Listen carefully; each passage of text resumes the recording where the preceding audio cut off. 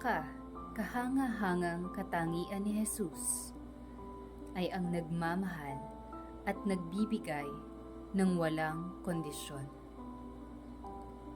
Pare-pareho ang sahod ng mga binigyan niya ng trabaho kahit na magkakaiba sila ng oras na tinawag. Sa umaga, sa tanghali at sa hapon.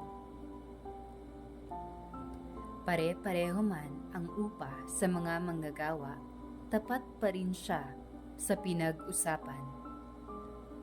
Ang mga nagreklamong manggagawa ay nakikita lamang ang dami ng oras na ipinagal nila, ngunit hindi inuunawa ang tagal ng pag-aalala at kawalang kapayapaan o kasiguraduhan ng mga nahuling nabigyan ng trabaho.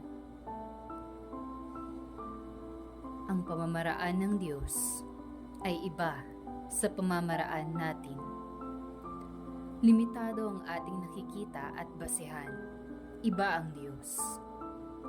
Mapalad ang mga taong kasama na siya noong una pa lang kaysa sa mga taong nagdurusa at naliligaw sa kawalan.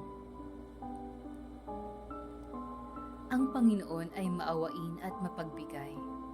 Nagbibigay siya hindi base sa pinagbibigyan, kundi kung ano ang bukal sa kanyang kalooban. Hindi siya nagbibigay ng kondisyon sa kanyang pagmamahal.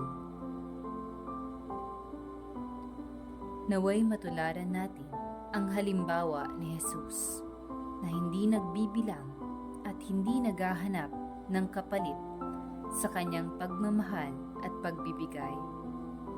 Ito'y aking hinihiling sa ngalan ni Jesus. Amen.